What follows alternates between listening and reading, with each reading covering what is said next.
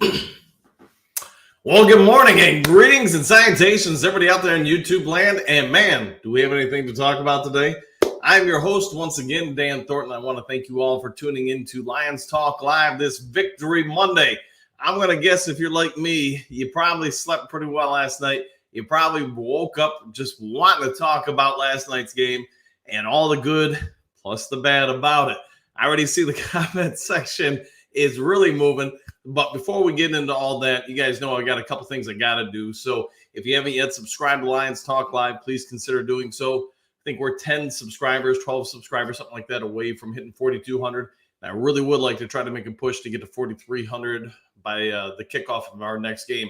Also, if you weren't aware, outside of being a YouTuber and a coach, all that stuff, I do sell property. I'm a realtor. So if you're looking to buy or sell property in the state of Michigan, Upper Peninsula or Lower Peninsula, give me a call, shoot me a text, 269-998-2384. Feel free to reach on out, which I get some of you guys are already doing that. So, all right, we got a jam-packed day. So let's go ahead and get in the comment section because I see I'm about 60 comments behind already. So, excuse me, Robert, greetings and salutations, Dan, and same to you. What great game. What can we do about our secondary? Will CG help? We can wait for Donovan Peoples-Jones to add depth in the red zone. So let's start with this. I mean, let's all take a moment of pause. Yes, the defense did not play well, and we'll dive into that today. But did you know we are, 7-2 for the sixth time in the Lions franchise history? Now, the first time they did it was 1953. And probably if you're a Lions fan and a historian, you probably understand we won the league championship at that point. It wasn't called the Super Bowl at that point. 56, we also went 7-2 to start. We finished 9-3.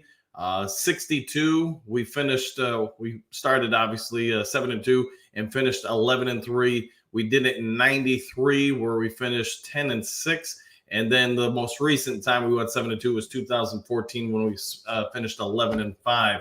So in regards to your comment, Robert, about the secondary, I think a lot of it's a symbiotic relationship. We ran the funnel again last night, and you guys have heard me talk about it for probably over a month now. I get it's Aaron Glenn's thing. He doesn't want quarterbacks running all over this team.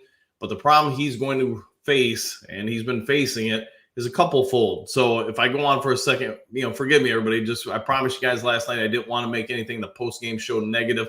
I wanted to just save that for today. So we've talked about how the coaches need to evolve and grow up just like the players. Aaron Glenn's at that point where I think he's really struggling. Now we're saying that while we're 7-2. But take this for instance. So last night we wanted to keep Herbert from having the ability to run out of the pocket and kill us that way. And for the most part, that really did work. We did get some pressures on him, but no sacks. Let's also now analyze because we want to look for comparable analysis. It's against Seattle, against Kansas City, against the Ravens. And, there's been other moments where we've run the funnel, but not for a full game like we have in those particular games. Our sack numbers go way down. We do get some pressures. And, yes, you keep mobile quarterbacks from running on you. But also look what it's done to our secondary and the linebackers during those games. You see a lot of similarities. You see where bigger physical receivers cause this defense, problems. Obviously, Allen is probably, the second he retires, he's getting a gold jacket and heading to the Hall of Fame. So I get that part. I also get, if you look at Seattle, you see the similarities there. DK Metcalf, et cetera, causes the same problems. And then, the Ravens game, they do have some real nice receivers. Yes, Lamar just torched us. So you can see where Aaron Glenn this week is going to have to figure some things out. Justin Fields is going to be back this week. Yes, he can run. But yes, his passing has also evolved. So I'm probably going on way too long about this, but I will say this, Robert. Aaron Glenn is really, in my opinion, at a bit of a crossroads in his career. He's going to have to figure out how to get pressure on mobile quarterbacks without allowing them to run and without asking the secondary to hold up for extended periods of time. We talked about it all last week. I thought one of the big key points to last night's game was getting pressure on Herbert. And when you don't do it, you allow quarterbacks to get into a groove, get into a flow. And when that happens, I mean, really, they're free to do whatever they so desire. So, yeah, it's going to be something we're going to have to. Aaron Glenn, these next 2 games, is really going to have to show something, some evolvement as a coach, to show that he's going to take us to yet another level. All right, so let's keep going on with the chats now that I went on way too long about that. Apologies, everybody. Robert, yes, Chicago is at home game. Yep. Okay, and yeah, Fields, I'm fully anticipating he'll be back for that. Phil, good morning and greetings and salutations to you too. Detroit D, what do you got? What up, though? 7-2, defend the den, 100%. And the Lions do have a legitimate chance to make it through this next, whatever it is, week and a little over a week and a half. They get through that with 2 more wins, 9-2. Yeah, we're going into the home stretch of this season talking about the Lions potentially battling with Philadelphia or whoever else for the number 1 seed. Phil, 7-2, baby. We're breathing rare air. You're not wrong. Like I said earlier, there's only been a handful of times in the Lions' history that they've achieved this mark. And, just not a lot of teams get to this type of level.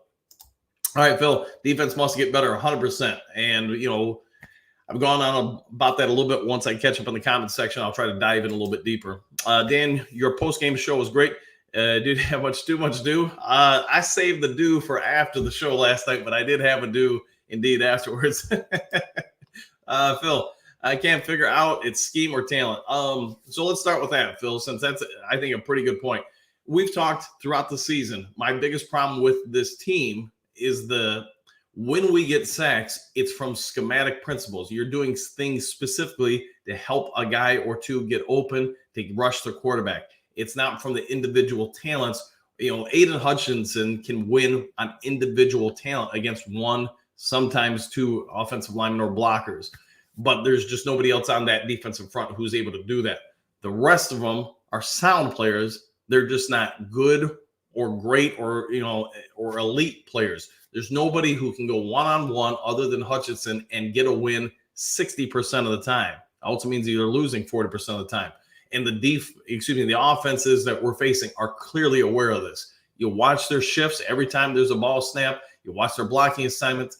They're leaving almost every other defender coming after Hutchinson, unless it's a blitz, in single block coverage, and they're just showing them no respect.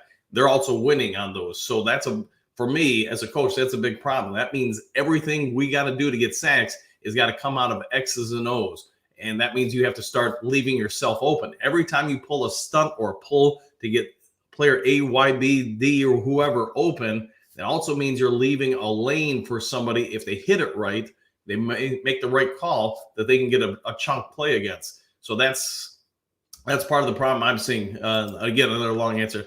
Phil, Dan was excited. He had some big, but yeah. I was pumped. I mean, who would have been, right? That game, the way it ended, all the build up to it. Yeah, great game. All right, T-minus 11 minutes. Yep.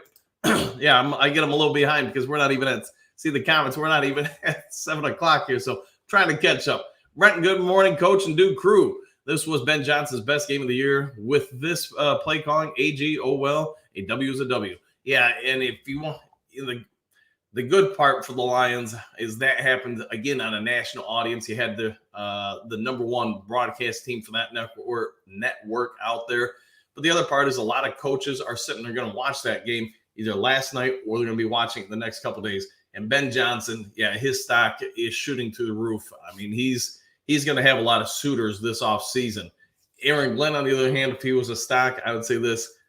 He's probably tanking a little bit here. He's really got to come up with some stuff to help this team finish out the regular season. And the more he can do that, obviously he improves his opportunities to be interviewed for potential head coaching jobs in the offseason.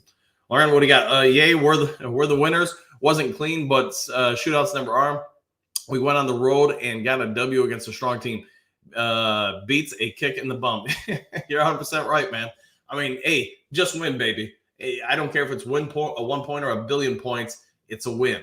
And you know what? If we would have lost a close game, none of us would be sitting here this morning and going, man, we look great on offense. Man, we almost had it. That's some stuff that we used to do in the past with Lions because we had nothing else to root for. So it is what it is. Hey, we got that win. We're another game closer to getting some players back, and hopefully we can defend the home field a little bit here these next couple games. Detroit D, hope Houston can add something to the pass rush when he returns. We suck at getting to the quarterback unless he holds it forever. Yeah, I agree with you there. And Detroit D, we've talked about it, man. I'm not sure why they didn't start him at the start of the year. I have no idea why he was on special teams to get that injury. But, hey, as a coach, you're not going to make every call correctly. He probably had great intentions, didn't go out in our favor. But I do think once Houston gets back, he's going to need a few games to just kind of get, the body back to being used to it, getting into the flow of things, getting some trust and faith back in that leg. So we'll see. Yeah, I'll learn Hutch needs help 100%. That he does. Correct. Phil, the refs injecting themselves into these games is ridiculous. Hey, I learned a long time ago, man, you can complain about refs, and not that we all don't have moments where we're probably justified, but it is what it is. If we focus on that, it's going to drive you nuts because there's nothing you can do about it. Just got to move on and hope the players win it ultimately on the field. All right, Ryan, what do you got? Greetings and salutation, Coach. You predicted earlier this week, you said Goff would have around 350 yards passing, that we'd rush for 150 yards. Your name is now Mountain Stradustum. Boy, I'm going to have a hard time with that one. But, hey, every once in a while, broken clock's right. So I'll take it. Detroit D, in the worst way, no one other than Hutch can get consistent pressure. Yeah, and that's the biggest problem facing this team, and they've got to do something. Yes, you can try to scheme more to get pressure on, quarterback, whoever, but the problem is once you start doing that and doing it often enough, then another offensive coordinator, somebody's going to scheme against it, and they're going to be able to use it against you and hit you for some big plays. So what we do about it at this point, probably not much you can do other than try to coach them up, hope Houston can get better. And maybe, from time to time, you're going to have to do some schematic principles. You can blitz more, but the problem with blitzing is if teams figure it out, what you're going to do, they usually have a pretty good answer for things. And while I'm on that topic, I know I didn't want to bring it up yesterday in the post-game show. I said, hey, we're going to keep everything positive. But I'm going to say this. The Chargers, early in the second quarter, they figured out they were struggling with this defense, as hard as that may be for all of us to digest at that point. So what they do, they basically went no huddle and bought Herbert more time to put guys in motion, make line adjustments on the fly, because at that point he could figure out what type of defense they're in, man or zone. So now half your playbook is eliminated and you know what half to focus on. I'm going to tell you this right now. It's a copycat world, the world of coaching. And you got to believe every team we face the rest of the season is going to try to do something similar to that until we can shut it down. You shut it down, people will move on and try to find something new. But if we continue to struggle with it, if Aaron Glenn continues to struggle with how to make adjustments to that, then get used to it, because it's going to happen every game. So that was one thing I didn't want to dive into too much last night. But this was, like I said just minutes ago, this is going to be a real big moment in Aaron Glenn's future as a coach. He's either going to get sharpened and improve from it, or he's going to decline and he's going to get ran out of town.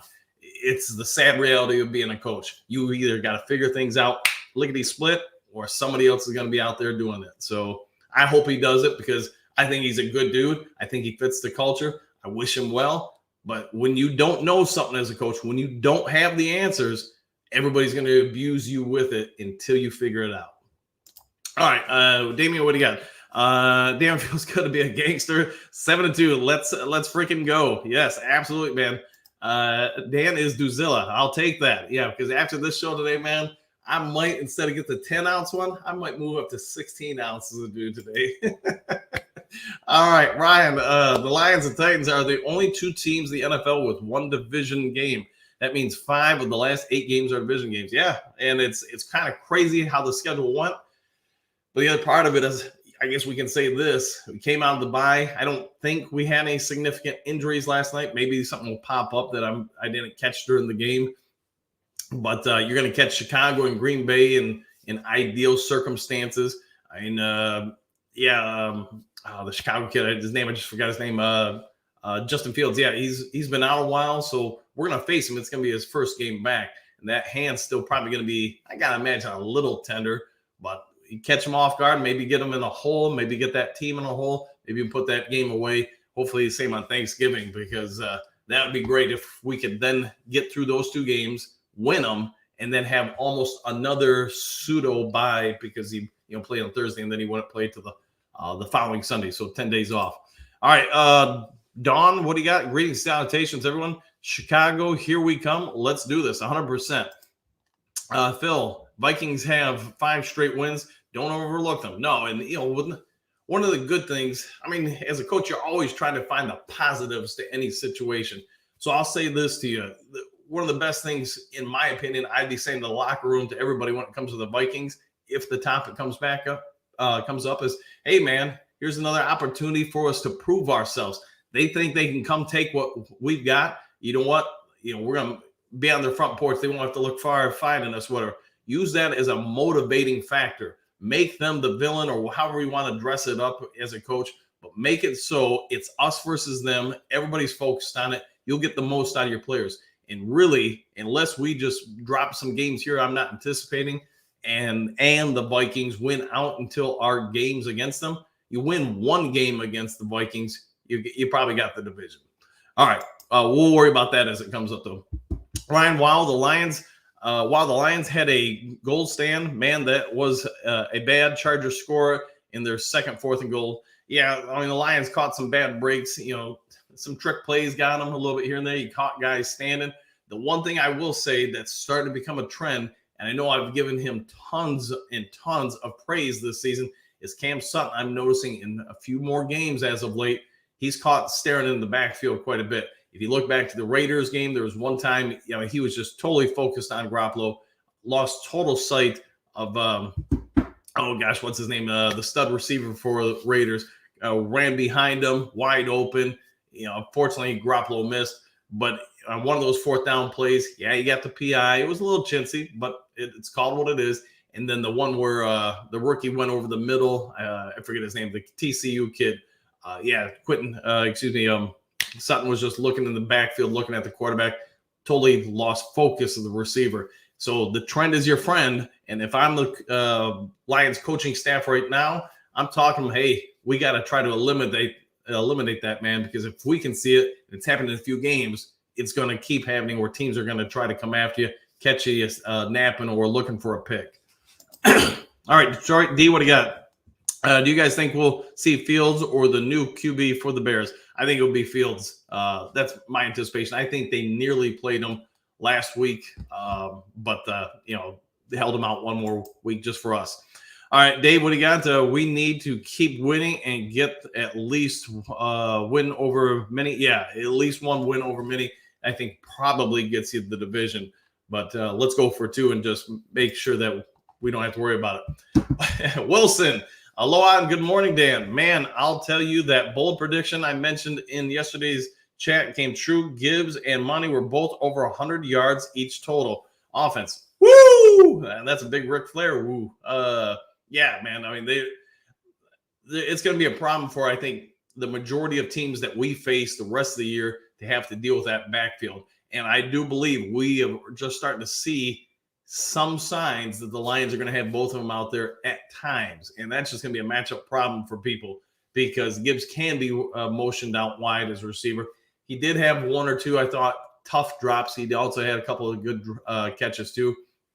I know I talked about it in the post-game show that, hey, I think we're starting to see enough out of Jameson Williams where it's probably time to back off the kid and just say, hey, let's keep seeing him evolve. I get the 1 touchdown he was called back, but he had that. He had a couple other catches, no drops, some awesome blocking in the run game. I mean, he's just doing enough things more and more where I just say it's his rookie year. Let him clean it up over time. He's going to be fine, I believe, more and more. But, yeah, to your point, Wilson, that backfield's going to be explosive for a while. All right, Brett, Montgomery's locker room interview was great when he said I was running as fast as I could and J-Mo was jogging. You're not wrong, man. I mean, and that's what I've been saying about Jameson Williams. He's rare, and he could be a playmaker. St. Brown, I think we all get St. Brown is elite. I mean, he's the creme de la creme in the NFL. There's very few guys that could say they're playing at his level or even above it.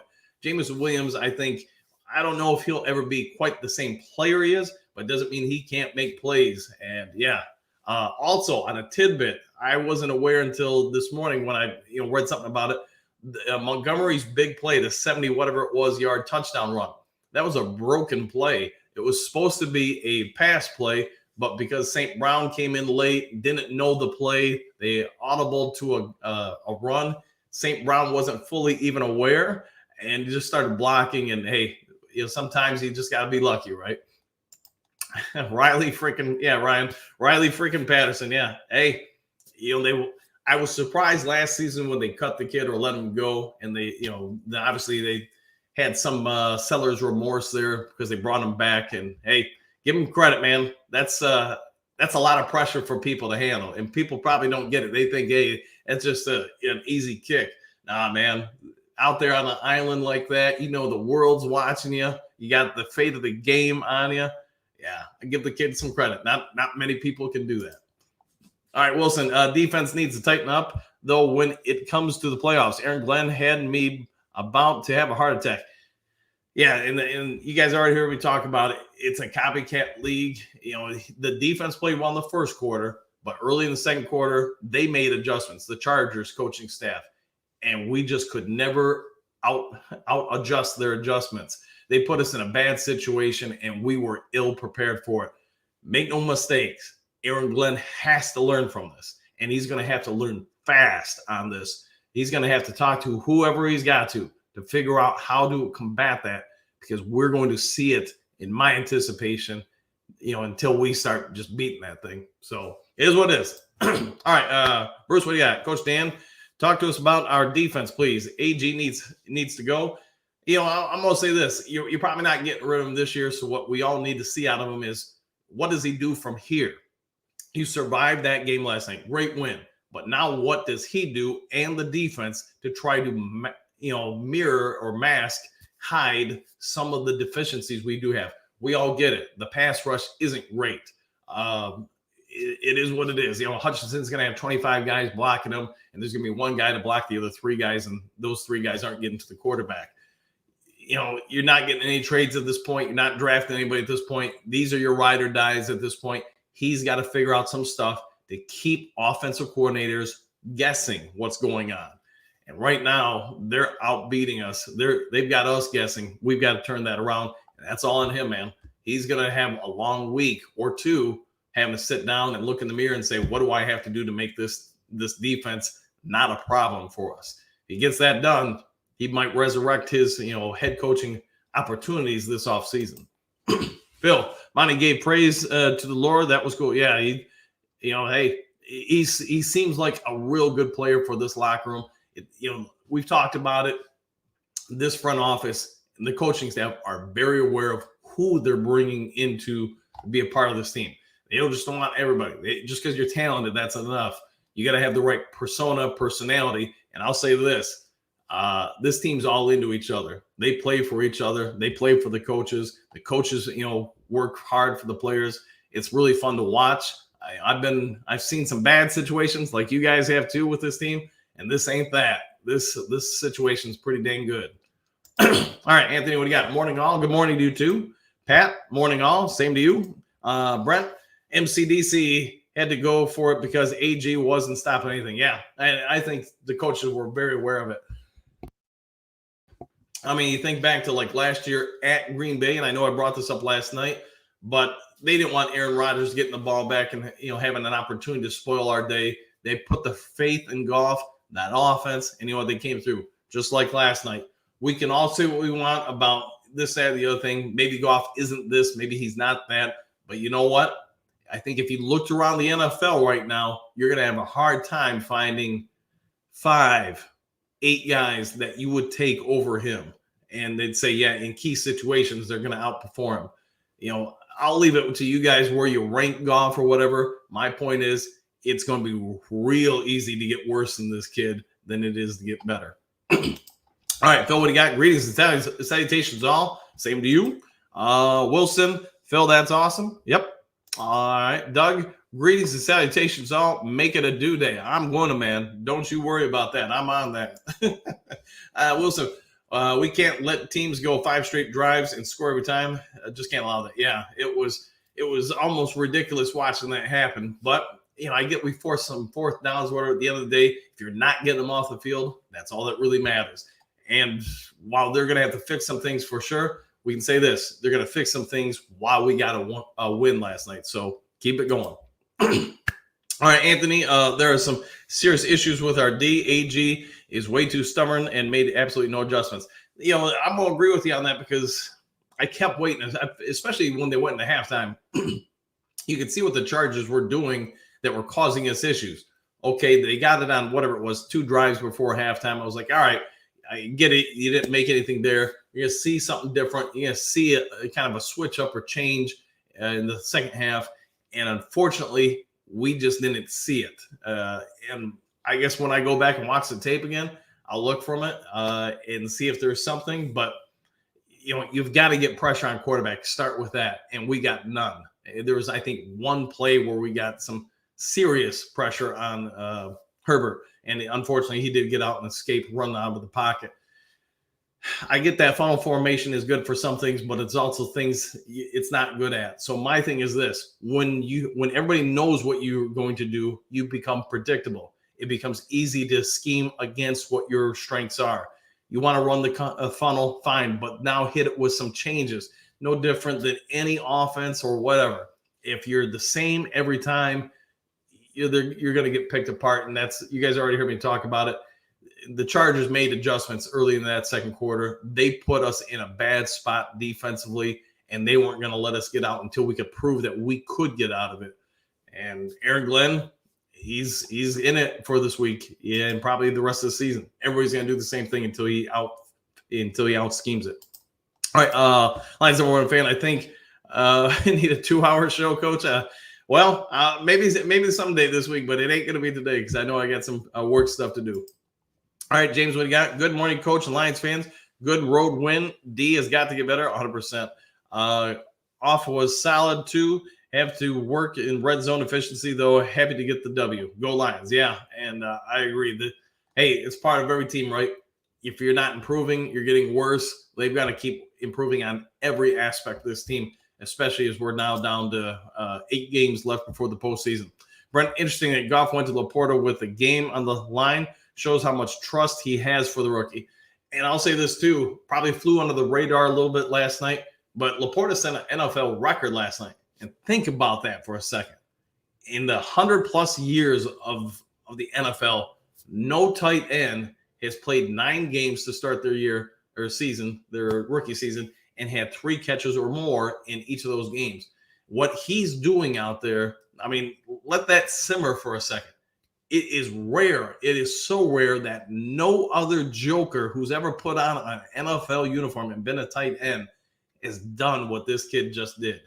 And I think his upside's still coming, man. I mean, he's going to only get better and better and better. So it's just crazy. But to your point, Brent, yeah, Laporta made the right read against the zone. Goff saw it, read it, threaded the needle. Phil, why doesn't Aaron Glenn double up on Allen?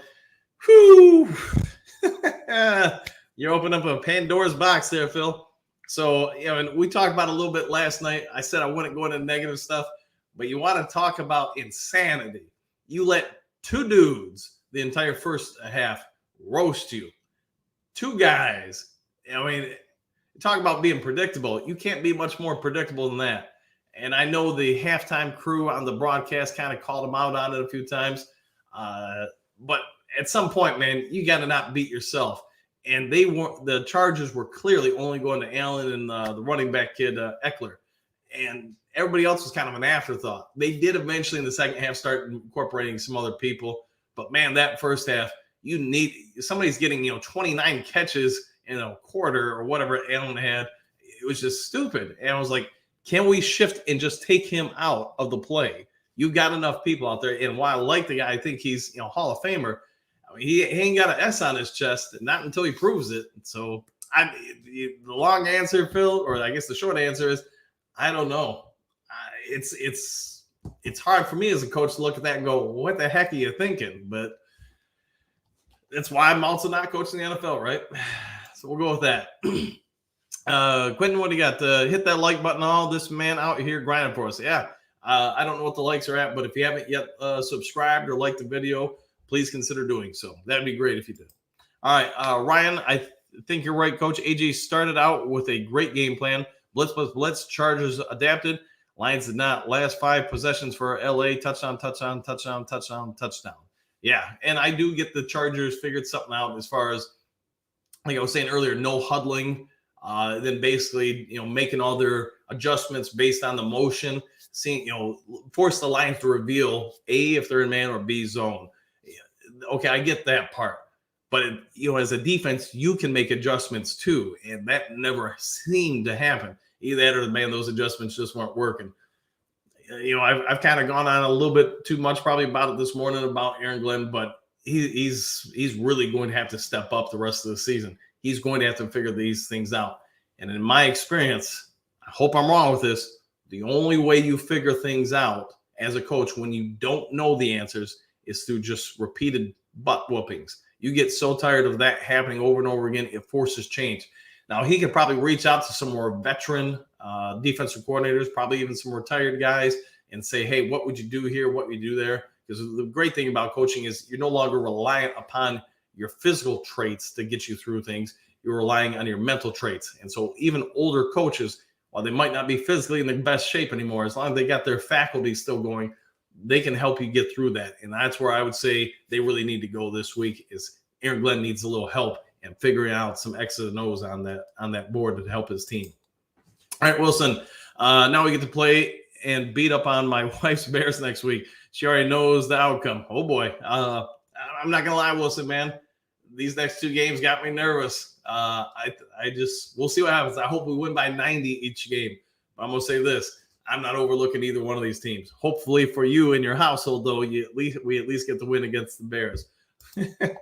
All right, Don, before all the defense talk, we gave up 38. True. Best defense in football gave up 33 in loss. Ravens. Let it sink in. You're not wrong, Don. You are not wrong. And they had that game, it seemed like, wrapped up, I thought, fairly comfortably in the, or at least where they can control the clock and stuff early in the fourth quarter.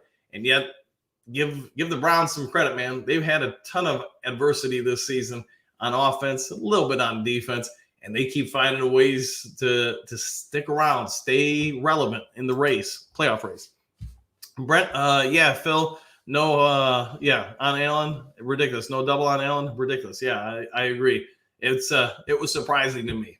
So, Trey, greetings and salutations. Same to you. Hopefully you're having a great one. Phil, absolutely a 2-hour show with this unique format is new and refreshing. I don't know. Either we got to start it a little bit earlier, or I don't know, maybe a 6:30 start and go to 8:30. Might be able to pull that one off. I'll have to think about that. Bergs, good morning, Lions faithful, and Mr. Dude Dan, the man. Thanks for that, man. And hopefully you're having a good one too, Bergs. Great win. Defense needs adjustments. Yeah, defense needs a little bit of work this week. Brent, don't forget to hit like, share, and copy to help coach out, folks. Hey, thanks for that, man. Thank you very much. Hopefully you guys are all enjoying this stuff. Don, only thing I don't like was AG not letting Cam Sutton foul Allen all over all the game. That was dumb and stubborn. Yeah, I did notice there were a couple times they flipped Jacobs and Sutton. But again, like I already kind of talked about, Sutton's had a great season. I think we all get that. But he's also starting to develop a knack for staring at the quarterback in the backfield and losing some containment on the receiver is responsible for. They're going to have to clean that up because we lucked out against the Raiders that Jimmy G just going to hit that pass. But yesterday it did burn us. It bit us in the butt. So they're going to have to change some things, I think, for the next few games just to keep other offenses guessing a little bit. All right, mile marker, good morning. A win is a win. Dang right, because it's a whole lot better than a pretty loss. So I'm with you there. JP, it was a road game. Those are not easy to win. Take a close win and be happy. Agreed. For Phil, How is there 40 likes already? That I don't know, man. I can't on my end. I can't see it. So you guys have more information about that than I do.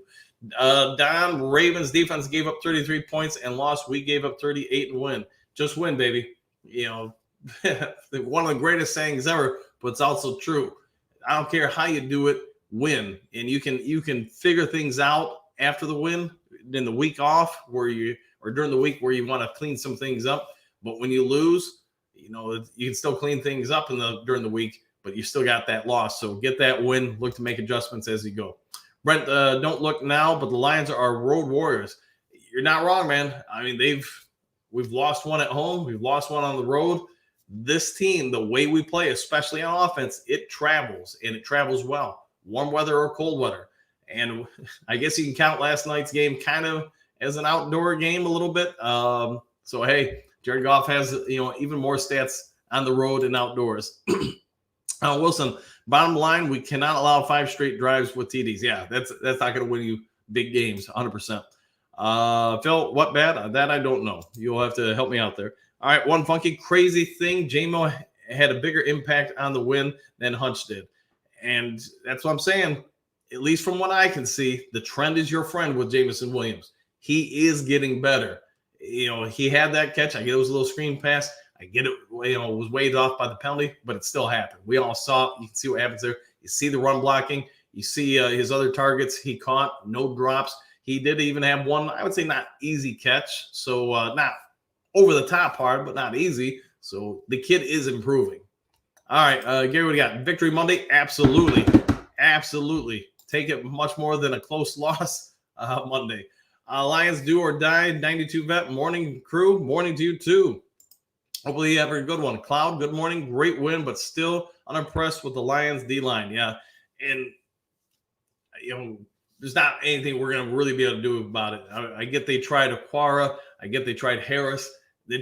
You're getting nothing out of that other side. They're just not winning at all. And I'll go back and watch the film and get my own stats. I use Pro Football Focus in other places a little bit, but I'm going to guess our win rate on the opposite side of Hutch is probably down around 30%. So that means 70% of the time you're not getting pressure on one-on-one blocking. And that isn't even bad. That's terrible. So if you're not, really, it should be 50-50. 50% of the time you're getting past that tackle. The other 50, okay, they're getting you. And that would be an average performance for an NFL rusher. And we're not even getting that, in my opinion. All right, 9 drinks. Good morning, all. The sun god is not a playmaker.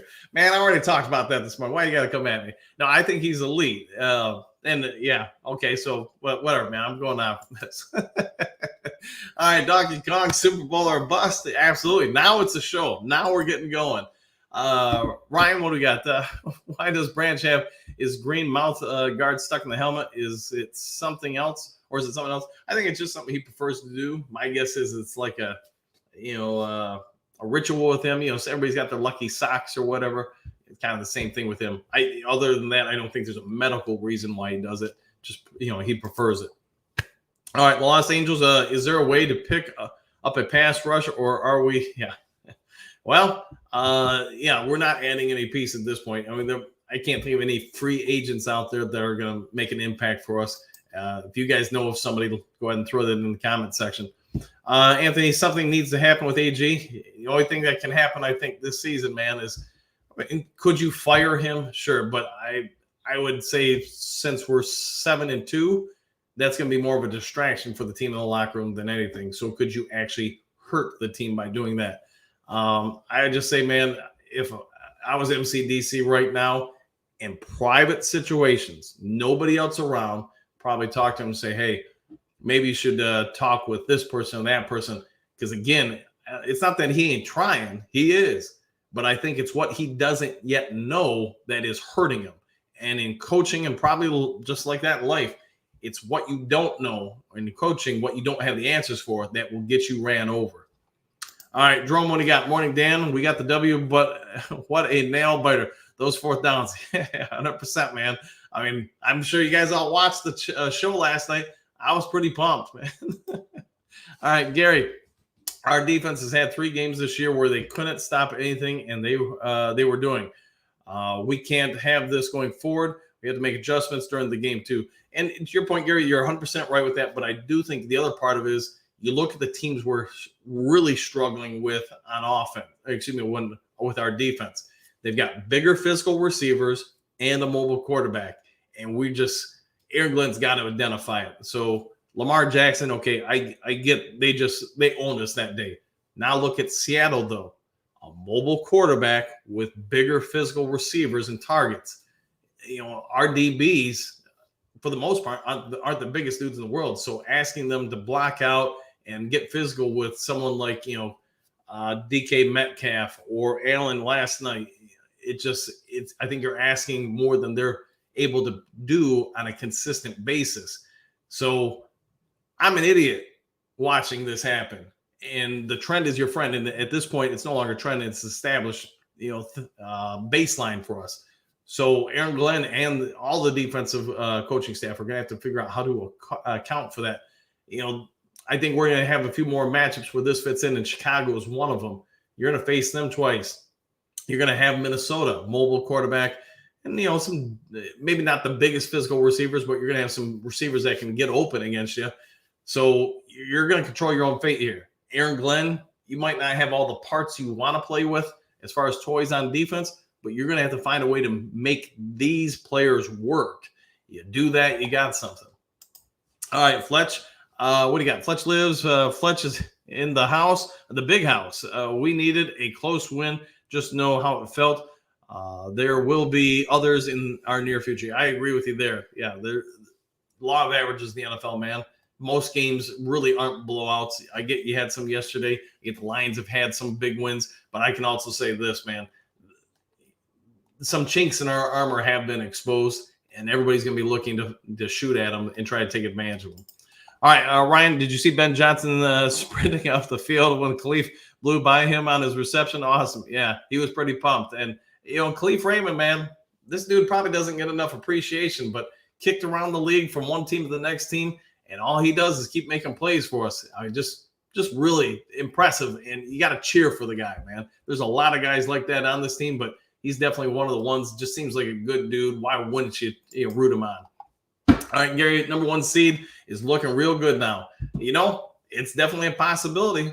Obviously, we're chasing Philly at this point. We don't control our own fate, but we're in the conversation, and it looks like going into the home stretch of this season, we're going to be in the conversation for one of the top seeds, if not the top seed in the NFC. Donkey Kong, 7-2. That's right. The 6th time in the Lions team history we're here at 7-2. Randy, greetings, Dan. The Lions exposed the Chargers defense. Our offense was incredible. Riley Patterson beat the Chargers twice. Once as a Jaguar. Man, I didn't even think about that, Randy. Once as a Jaguar in the wild card last year, and as a Lion. Yeah, I did. I totally would not have made that connection without you, man. But yeah, he finished them off last year, and they're probably burning his jersey in all of LA last night and today. Yeah, he's their kryptonite for sure. And probably not getting any Christmas cards from any Chargers fans. But the other part of it is, to your point about the Chargers pass rush, they put up some big numbers this season, but it's all been against specific teams with not the greatest offensive line or blocking assignment responsibilities. Against some other teams like the Lions, they've been shut out. So is Khalil Mack really back? Is Bosa really back? Or, who knows, man? It's somewhere probably the truth is in the middle. All right, Mr. Ed, what do you got? Good morning, Coach. Glad we won, but Lions are lucky they're in a weak division. Is what it is. You can only play the people in front of you. 7-2, though, I will say this, and that's going to get you towards the top of most divisions. Now, we think it's weak, but yet the Vikings have won 5 in a row. Dobbs, while he might not be Cousins throwing, he does offer a lot of changes to defenses that Cousins doesn't have. So, the Vikings, if he keeps playing at that level, they're going to have a bit of a choice to make what to do at the end of the season as far as their future quarterback. We'll see what happens. Not my problem. That's a different YouTube channel. So we'll let them worry about that. Lions, do or die. I think Houston and CJ are going to be back sooner than later. Yeah, I was really hoping Houston could be back for Thanksgiving. Doesn't look like that's going to happen because they haven't even, put the clock on him as far as the whatever it is, 17 days to evaluate. But he's probably going to be back early in December. CJ, I still think middle of December. You get those two guys back. Now you got a little bit more depth in the secondary. Hopefully you have a little bit more pass rush out there. But yeah, their pass rush is really hurting, and it's definitely something they're gonna have to figure out. All right, Big T. What up, though, Coach? One Prime. What up to you, Big T? Hopefully you're having a good one. Gary James Houston, please come back soon. Yeah, and I don't know if there's any free agents out there that would help, but if I'm Brad Holmes at this point, Houston's going to help getting him back. But we're also going to need probably one other person to help out because, man, you're just getting nothing from anybody on that opposite side of Hutchinson. Trey, Grand Rising, folks, what do you think about the Lions getting JMO involved this game? I thought they did a good job with it, man. Obviously, the run game was very pronounced this game, so there was less opportunities for him. But also, let's not forget, even when he wasn't, targeted, he was making plays in the running game as far as run blocking, and he was out there on a lot more snap counts. I don't know the official number he was out there, but I saw him out there on the field quite a bit. So they are evolving him. You saw some of the route changes. It wasn't just deep shots all over the place. So I think they're starting to get a little bit more faith in him. He's starting to get a little bit more comfortable and polished. He's still got 8 games to go this year. I'm expecting you're going to see steady increased performance out of him. So I like the kid. I think his future is going to be bright. All right, Big T, maybe CJ comes back, but not Houston. I think, Big T, I think Houston will be back. I think, his legs healed. It's just maybe a question of when he's on the field. I'm holding out for early December. Maybe I'm wrong, but I think he'll be back. Maybe I'm wrong. I don't know. So, Anthony, how could the Jets sack Herbert 5 times and we can't get close enough? Shake my head. Difference is their defensive front. I mean, their defense, the Jets, is pretty legit at all 3 phases of it. I know people are going to say, man, Hutchinson isn't having a good year. He's gone whatever it is, X amount of games without sacks. But, man, that dude is getting no help from anyone. So, like I said earlier, you got 40 people blocking him on that offensive line. Everybody else is getting one-on-one blocking, and they just can't do anything with it. Donkey Kong, Jim was really growing on me these days. Maybe he will be okay. I think he's going to be, man. Kurt Steele, the infamous one. What up, though? Good morning to you, Kurt. So hopefully you're having a good one. I know I'm way behind in these comments, man. I'm trying to go, but when you guys get in that comment section and start, 20 minutes early, it takes me a little bit of time to catch up. Silver Surfer, what up with this D? Everybody is sacking, but the Lions looks like the same old Lions defense. Let's go with JMO. Boy, I'm beating this topic down. It's, to me, there's a lack of talent and a lack of scheme to help get sacks.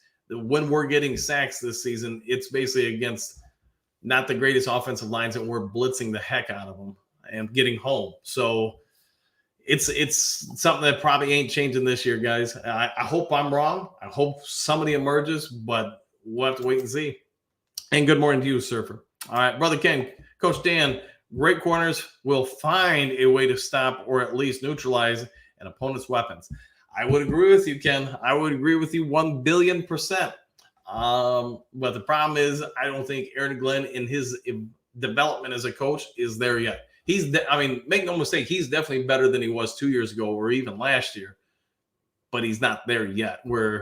Some little things in game, you can tell. You throw something at a coach that you think, man, maybe this person isn't so experienced. You throw something out there just kind of like bait, and if they can't respond to it real well, that probably is a tell that you can open up some floodgates on them. And, the Chargers, they found something, and we just never brought them out of it because we never adjusted them out of it. It's going to happen. So, Big T, it's talent. Those edge rushers are trash. I want to say trash, but I agree that, yeah, they're probably not who I'm drafting anywhere in the first couple of rounds. And, it's not just 1 or 2 of them. That's the sad part. Pascal has shown you nothing. Either of the Quara brothers hasn't done anything unless they get freed up by a scheme that gets them freed up. They're not winning one-on-one. Houston obviously is hurt. Lee McNeil, I'm kind of leaning more and more. He probably fits what I just said about he can get home when it's schemed for him to get home, but he can't win on his own. I mean, and I can't think of anybody else on that team that's going to fit that position. The only real saving grace maybe would be Broderick Martin. I do think he can win one-on-one, but he's so raw right now. He's also going to kill you in some other aspects. A year or so from now, we might be having a different conversation about him. Wilson, Hulk smash the like button. Absolutely. Hope you guys do. Hope you guys are enjoying the show, man. All right, we got about 10 more minutes, then it's due time here. Lions do, by the way. I think they will be at Thanksgiving or the next game. If I was betting man, I'm assuming you mean Houston and CJ. We'll see. Gary, any significant injuries from the game? Hopefully not. None that I can think of offhand. I didn't really catch any notes about anything in the post game report from some of the media members, but today there could be something that pops up. We'll have to wait and see. Brother Ken, I'm 64 and I've closely followed the NFL since 71. I've seen enough of Aaron Glenn. I get it, man. It's just, really, what are you going to do during the middle of the season? If we were 1-6 or 1-7 at this point in the year, yeah, there's probably some heads that would get rolled. You got really nothing to lose. Let somebody else have a shot and, try to evaluate them, then make a decision on what you're going to do once the season's over. Rocking the ship at this point in the season, though, I just think it'd be counterproductive. But again, if I'm MCDC, I'd have a private conversation with AG and say, hey, I need you to talk or work with some of these, older dudes that have been through it that maybe can help you through this moment.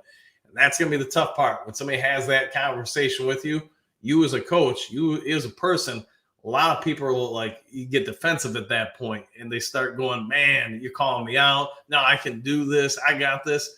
It ain't about you. It ain't about me. It's about we. And I'm going to tell you, Aaron Glenn, I've said it before. I think he's stubborn. I think Ben Johnson's stubborn. I think MCDC's stubborn. I get all that. But at the end of the day, you got to put that stuff aside and just say, hey, it ain't about being stubborn. It's about being right. And right now, if we don't get some of this stuff right, we're going to be on the wrong side of some of these scoreboards. So suck it up, put the pride away, and say, hey, what do I got to do to legitimately get this team to be better and me to be better as a DC? Wilson, what do you got? Montgomery going to light up his old team? Yeah, I'm sure there's some motivation there, 100%.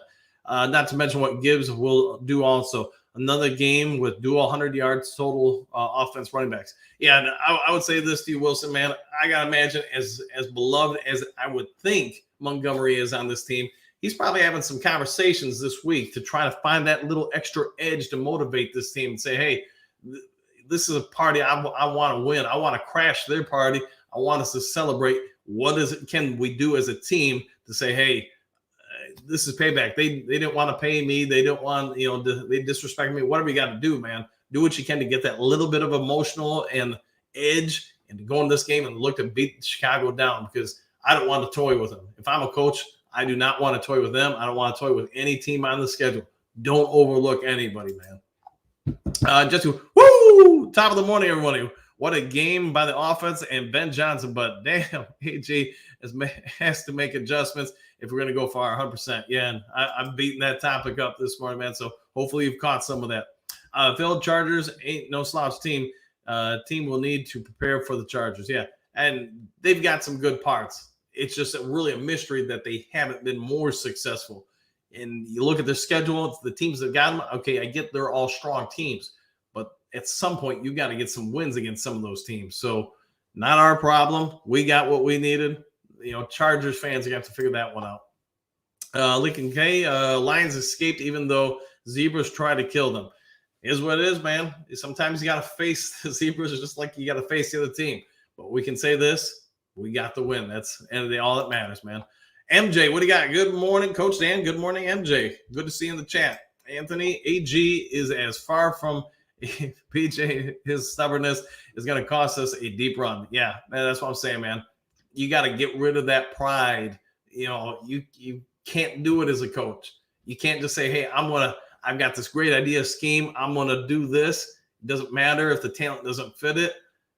You got to go with what's out there, and your job as a coach is put the talent you have in the best position to win. Skip the X and O's, skip what you want to do what's best for the team. All right, Gary, what do you got? Last time the Lions had 4 road wins in a season was 91.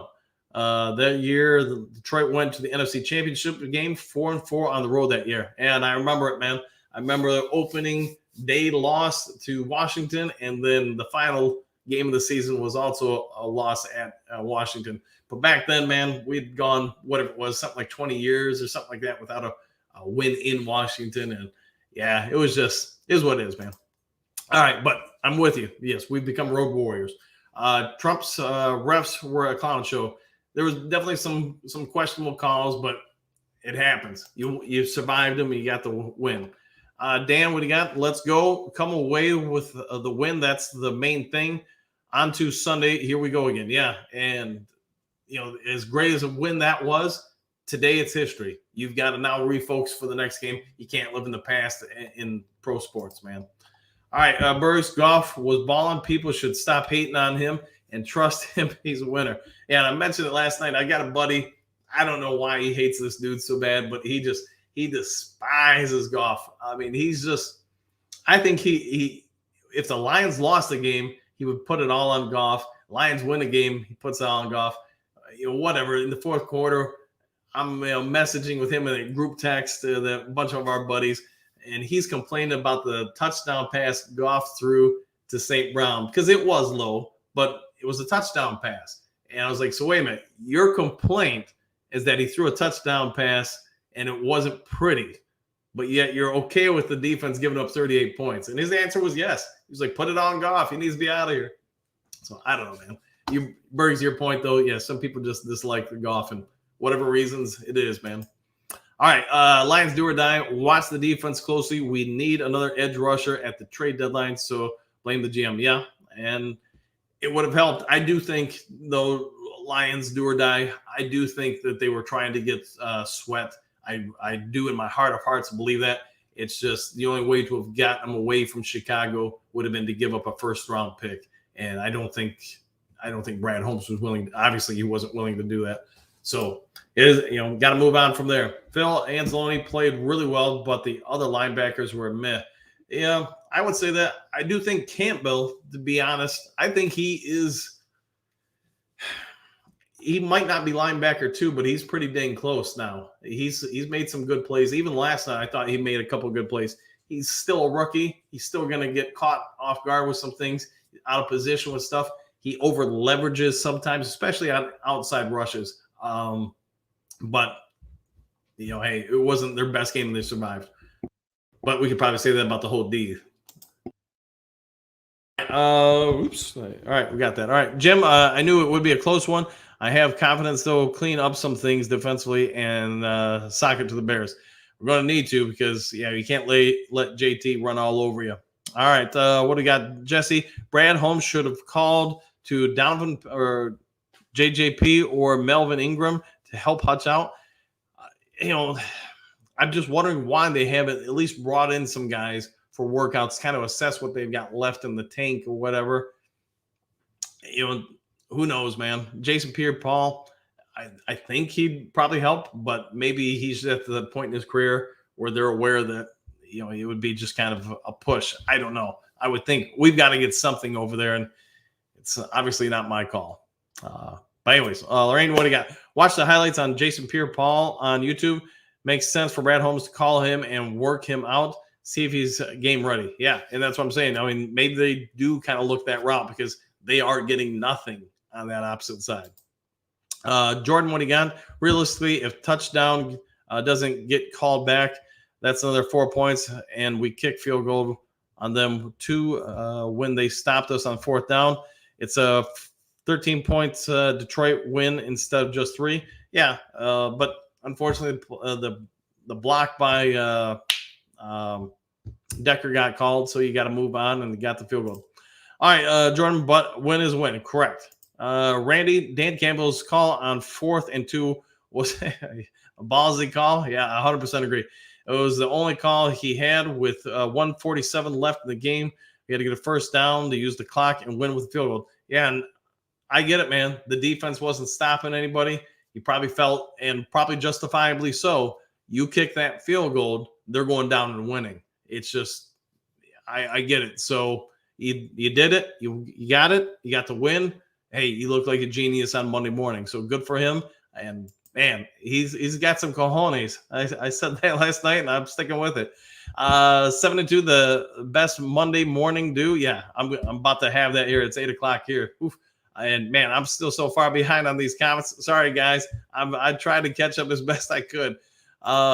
Phil, 3 games in 11 days is tough. The good part is, though, the teams you're facing are going to be on the same schedule. So when you play Chicago this Sunday, they have the bye week, so they'll be a little bit fresher. But when you place Green Bay on Thanksgiving, they don't have any advantage over you. They played the same amount of games in that amount of time. Chicago would be the one that does have a bit of an advantage on you. All right, maybe 1 or 2 more, and then it's due 30. Anthony, well, how many more games we going to give AG to figure it out? Probably the rest of the season after that. I get him and MCDC are friends, but they're probably going to have a sit down and a real conversation about the future. So I don't wish that on anybody. That's never fun, man. Ryan, what do you got? Is AG's principal schemes or a lack of D-line talent? I think it's both. But the fact that you have a lack of talent up front on the line augments or highlights some of the lack of adjustments in the defense. So we'll put it that way. If you had just flat out more talent, probably a lot of schemes look better. When you have less talent, schemes get exposed a whole lot more. And that's just, again, my opinion. Jordan, what do you got? Vikings are looking really, really good. That's going to be a tough game. It is. And personally, as a coach, you guys heard me say it before, I prefer it this way. I prefer every game closer to into the playoffs be as meaningful as possible. Why? Because this team is a younger team. And man, sorry, hold on, guys. Getting some sunlight on me. I'm trying to block it out a little bit as best I can so we don't have it. But when you broadcast later in the day like this and the sun comes up. All right, so I don't know. I just think that, yeah, I'd rather have every game going into the playoffs be like a playoff game just to help this younger team and coaching staff adjust to it as best they can. Help them, learn to grind and, rise to the occasion. All right, Randy, man, maybe we'll get a 2-hour show today. Randy, our defensive schemes need to be disguised better. Derwin James disguised his blitz and tackled Gibbs in the backfield. Yeah, he timed that thing beautifully. I agree with you. They started off too deep, basically trying to show that you can only go underneath. And then he knew when to come up the line and hit it perfectly timed. All right, Campbell's 4th and 5 gamble and our call for Montgomery up the gut. That was, another one. And that one's probably going to be forgotten about, Lorraine. So I agree with you. That one was a huge call and caught everybody off guard there. Berg's 100%. Dan Sutton has been burnt 3 games in a row now, and he was on fire at the beginning of the season. Yeah, and overall, I think he is playing well, but he is getting a little bit more greedy, trying to look in that backfield, reading the quarterback's eyes, trying to catch a pick or two. All right, Don, what do you got? Coach going to be in here for a while, reading the comments on every message. Yeah, I'm already going over, aren't I, a little bit my normal time. Did Broderick Martin play yet? He's played this season. I don't think he played last night. Maybe I'm wrong there. Don't remember offhand. Gun Guy, this was a prove-it game, and we are the proof. Yeah, they're coming around, man. Don't underestimate the Lions. Absolutely terrible officiating. It is what it is. You survived it, so hopefully they'll only get better from here. Gibbs and Montgomery at the same time throw bomb to JMO. I can see that happening. JMO played great. He is, man. He is developing. Can't teach speed. No, you cannot. I've tried many times, and if you ever meet me live, you're going to be able to say, well, clearly he can't teach height because I'm not the tallest dude out there. Martin played last week. 10 or 11 snaps. He did, and I thought he looked better with every snap. Refs, not great big time. Yep. Kickers are people too, 100%. Chris, refs trying to give JMO crazy. Yeah. Jesse, JMO block was ridiculous. Yeah, and he's done that a couple times this year. So He needs to get some praise for it. Penalty against Decker. Decker never even touched him. Yeah, that's the one thing I would agree with you there, Trump. You watch the replay. I mean, if he got him, he grazed him. It was barely. So, all right, guys, I've already gone on over an hour. It's time for me to go on. I'm sorry I couldn't catch up to all the comments. I did what I could. If there's some breaking news the rest of the day, of course, I'll get it out to you guys as fast as possible. But it was dark out when I started. The sun's out now. It's in my face. So it's time for me to go get the morning dew and then go get ready for work. So I hope you all have a good one. And, if you haven't yet subscribed to Lions Talk Live, please consider doing so. Otherwise, I'll catch you all on the next Lions Talk Live. Take care, everybody.